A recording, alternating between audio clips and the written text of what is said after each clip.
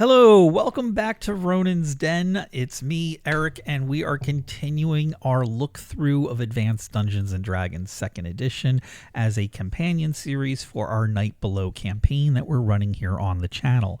And in this video, we're going to be looking at another one of the player character species that are found in the Player's Handbook, and we're only going to be looking at them as they are in the Player's Handbook. We're not going to be talking about their lore because lore can be homebrewed and it's very dependent upon the setting. In this video, we will be looking at the gnome. Gnomes in Advanced Dungeons & Dragons 2nd Edition, like all demi-human races, do have some adjustments that get made to their ability scores. In the case of the gnome, you are looking at a +1 bonus to your intelligence. However, you are looking at a -1 penalty to your wisdom.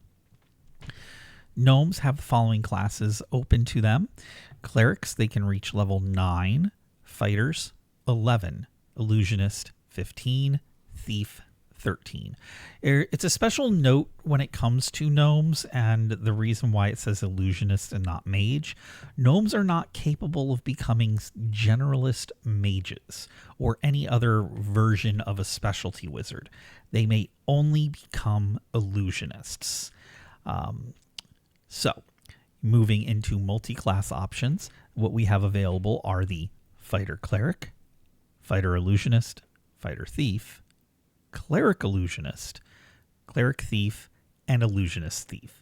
A Thief Illusionist is a pretty potent character, by the way, able to shroud what you're doing in illusions while you're doing your burgling and general thievery.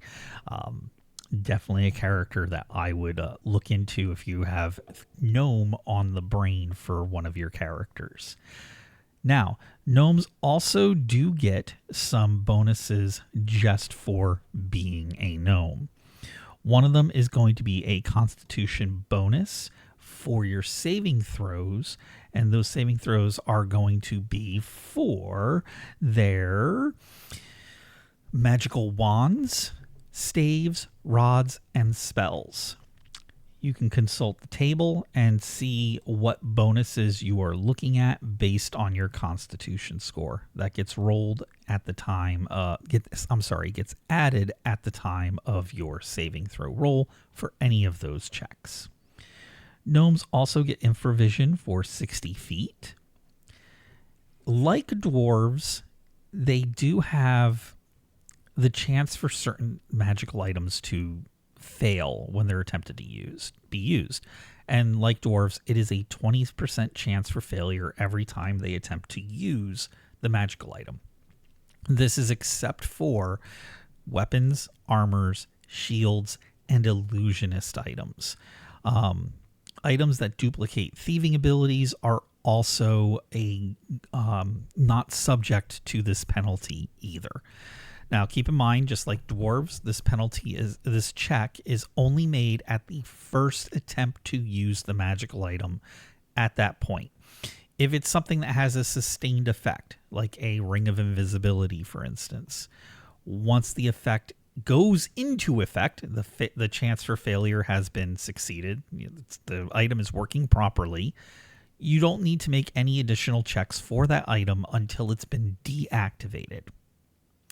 Once it's been reactivated, then you would need to make an additional check. Gnomes are also a special case where they can learn some simple languages of certain burrowing mammals, such as moles, badgers, weasels, ground squirrels. This is unique to the player characters species that are available. No other character is capable of that except for druids and spell-like abilities that gives animal speech. Like dwarves, gnomes do get a bonus to fight certain creatures. In the case of a gnome, it is kobolds or goblins. They get a +1 bonus to their attack roll. Now, this is in addition to any stat bonus that they would get. So if they have a high dexterity and they're using a bow and arrow or throwing weapons, or they have a high strength and they're using a melee weapon, they would get an additional +1 above and beyond what their stat would normally give them. Gnomes, like dwarves, are also underground creatures for the most part. They do get a different set of detection abilities when they're underground. Those being the ability to detect the grade or the slope in a passage, how steep you are going underground. To make that check, they just need to roll a 1 through 5 on a d6. They can also detect if the walls, the ceiling, or the floor of these underground passages are unsafe in any way. In order to determine this, they would need to concentrate for 1 round, just like the previous ability, and then roll a d10. On a 1 through 7, they detect if the ground, walls, or ceiling are unsafe. They can detect about how deep they are underground as well, and that is done by rolling a d6, and they are successful on a 1 through 4.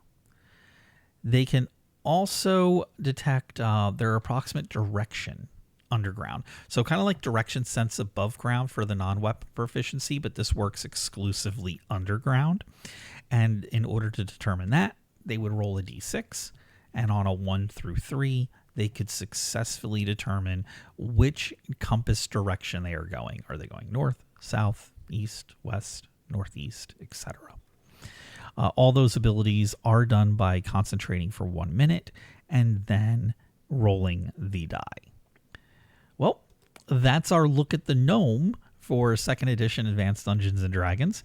We will be picking up with the Halfling and rounding off with the humans and half-elves, and then moving into classes here quite rapidly. I look forward to getting into those videos with you as well.